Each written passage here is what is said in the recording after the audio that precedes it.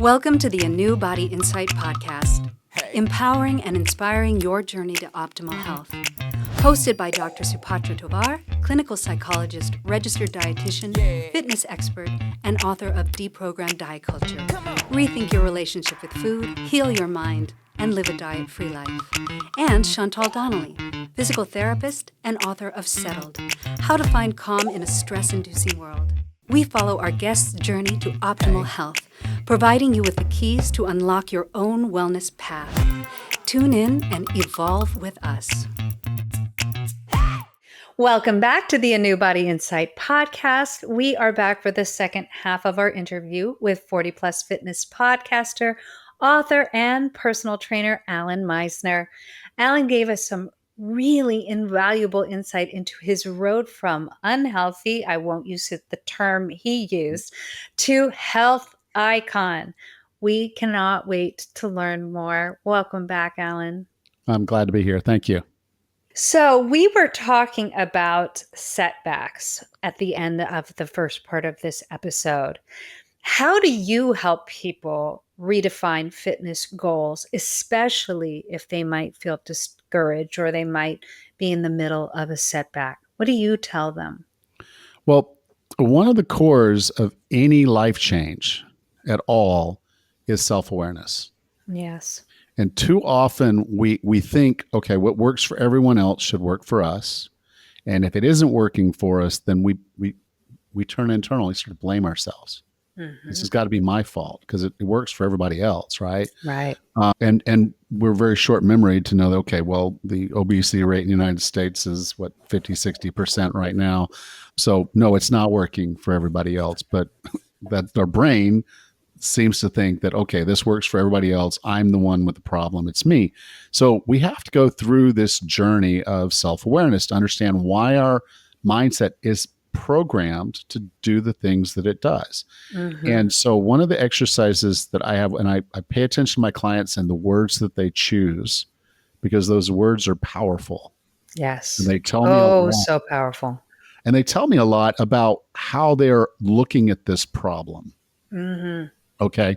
So, and I have a quiz that I came up with to help other people kind of know what their primary mindset is.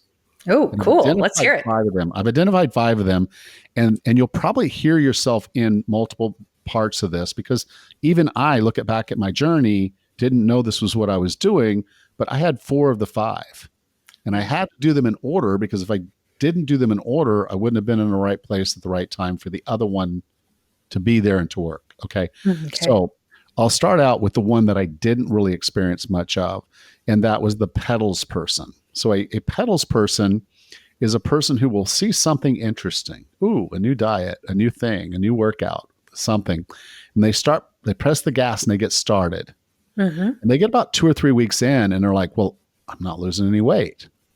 I'm not getting any stronger. I'm not getting any better. And so then they hit the brake. If you've ever been in a car and you're trying to drive it and you hit the brake, gas and the brake and the gas and the brake and the gas and the brake. That's how my mom drives. But you don't go very far, and it's an uncomfortable ride. And so when you try something, if you know it's based on reasonable things, so we talked about whole food on the last episode. Yes. And so if you know that whole food is really a great way to look at this, you may choose that, okay, I'm going to follow more of the vegetarian or vegan, or I'm going to follow the Mediterranean style, or I'm going to try something else. Whatever it is, give it a real shot. So 8 weeks, 6-8 weeks, I'm not going to change anything. I know that I may lose a pound, gain a pound, lose 2 pounds, lose a pound, lose half a pound. When it's all said and done, I'm still losing weight. It's just not a straight line. So put your foot on the gas and keep it there. Every time you think it's not working, that it's sound. This is not the cabbage soup diet. This is not the cabbage soup. But this is reasonable. This is reasonable. This is the right thing. And I know I'm getting healthier. I might not see it on the outside. I might not see it on the scale, but I know I'm giving my body what it needs. Keep your foot on the gas. Okay. Yes. That's what someone who's a pedals person needs to do. They have to continually focus on pressing the gas and not the brake, despite not seeing the progress straight away. So that's a pedals person. I didn't really have that problem, but I had this next one. And this is the co-pilot. A lot of moms, caregivers have this. I had it because it was my career, my job. It was everything. And a co-pilot is someone who's worried about everyone else's stuff. This has to be right. That has to be done. That has to be done.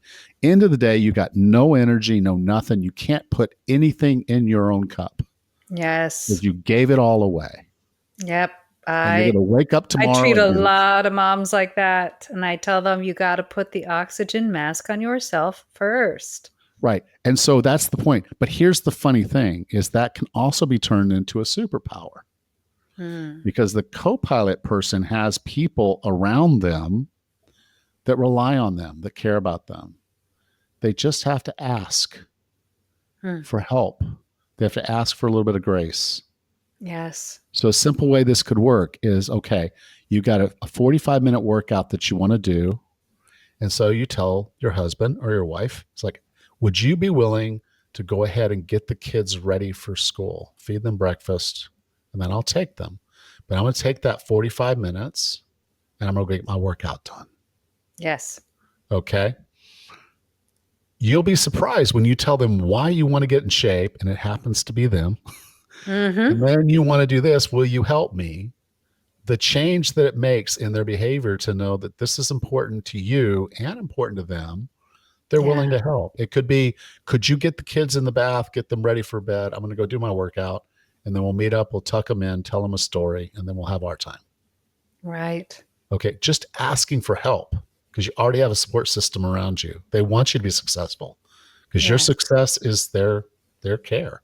So if you feel like you have all this stuff that needs to get done, ask for permission. The way it worked with my business and work was I told my boss, I'm like, I'm going to take my lunch hour from 2 to 3. And then I'm going to go to the gym and work out. There's no one else in the gym but old retired people and some students. So I can get a workout done really quickly from 2 to 3. And I blocked it on my calendar. No one else could book that time. But I told my boss, this is what I'm going to do. Now, did he always remember and not bother me? No. Sometimes I'd get a call. He's like, I need you. I'm like, okay. And I'd go see him maybe if I was already there. If I was already at the gym, I'm like, I'm at the gym. Is this something you need before 4 o'clock? No. You'll have it by 4 o'clock. Cool.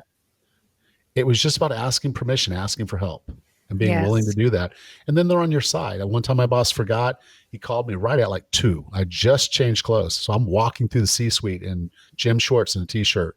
He's like, what's this? It's like, remember I work out from 2 to 3. He's like, oh, okay. Here's what I need. Do you need it before 4 o'clock? No. You'll have it at 4 o'clock. Simple. Okay. A lot of people sit there and say, I got to go take off this clothes, go do the thing, skip the workout. It's called having boundaries. Boundaries and just asking. Yes. When they know, it's like, okay, this is what he's doing, why he's doing it. It'll make sense. Okay. The next one I dealt with was the windshield. And so the problem with the windshield person is they're actually looking in the rearview mirror.